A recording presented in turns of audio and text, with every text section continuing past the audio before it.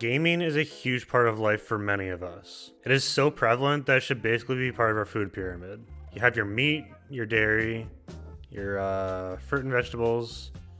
Then you got sports and gaming. Many of us can get along and share experiences with the gaming world no problem. But nothing divides gamers quite like one simple question. Which console do you play on?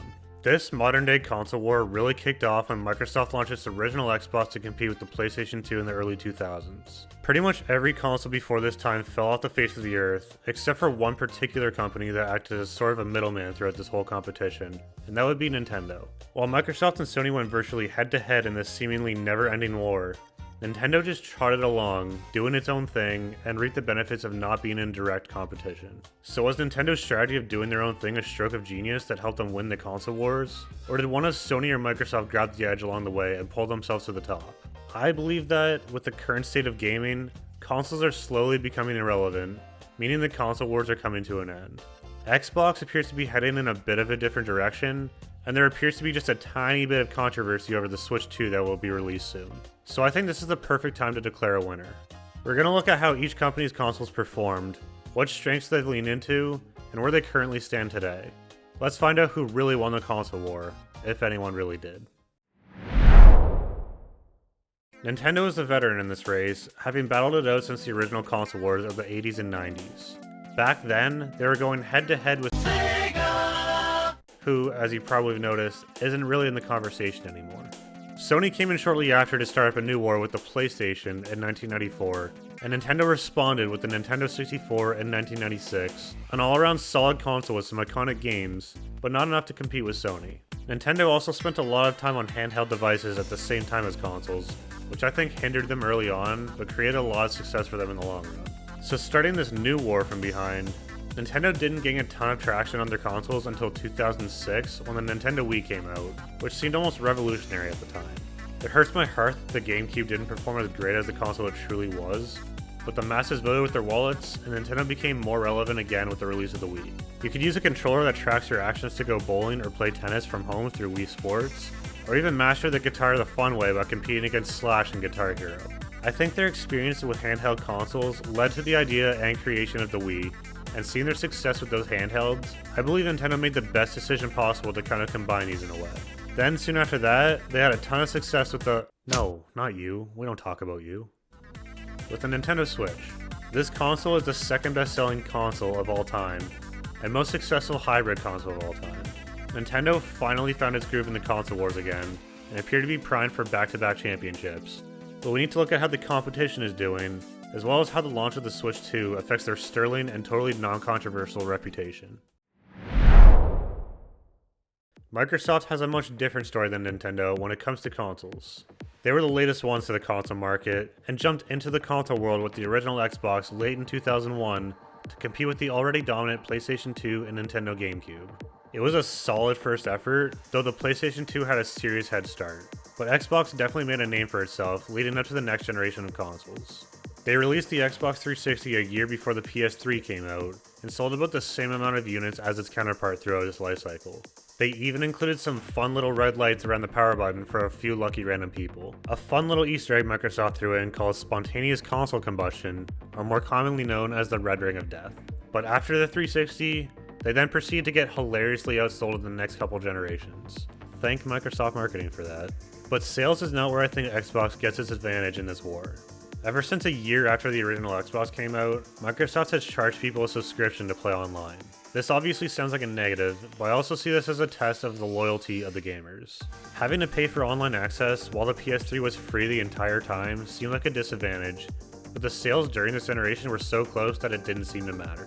As we know today, everyone requires you to get a paid subscription now, but Microsoft has had it for much longer to refine it, remodel it, and master it. Many people agree that Game Pass offers the best value out of any of the other subscription services, and they even extended its accessibility to PC players as well to make the ecosystem much more flexible. Finally, players could access their games on more than just their home console. So while Xbox players probably had the most loyal fanbase in my opinion because of having to pay for online so much earlier on, Microsoft still made the switch to PC easier on gamers by allowing this service to be usable there as well. Even though Xbox got outsold in later generations, their focus shifted. They evolved. Game Pass, cross-platform support, and cloud gaming became their new edge. Now onto the king of sales, Sony's PlayStation. Sony's journey began with a failed partnership with Nintendo.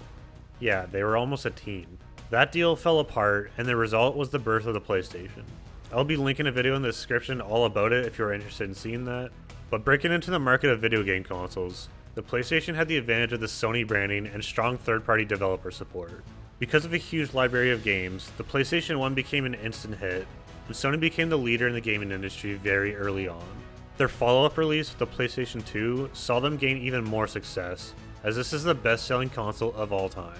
There are a couple big reasons for this. One is being the newest console on the market with updated technology a year before anything else was released, getting into the houses of pretty much every gamer out there. The other reason was this was in the year 2000, which was when DVDs were taking over as the dominant home media. The PlayStation 2 was priced at around the same price as DVD players, so the 2-in-1 gaming and DVD option was a lot more appealing for gamers and movie lovers alike. Even though this console was sold at a loss, it paid off big time. They kept their online services free through the PlayStation 3 era, which I think was a pretty big driver that kept sales up for the PS3. Even when Sony introduced paid online services with the PS4, it didn't stop the momentum. They crushed the Xbox One in sales. Part of this could have been bad marketing on Microsoft's part, since the sales between this generation and the previous one are inversely correlated.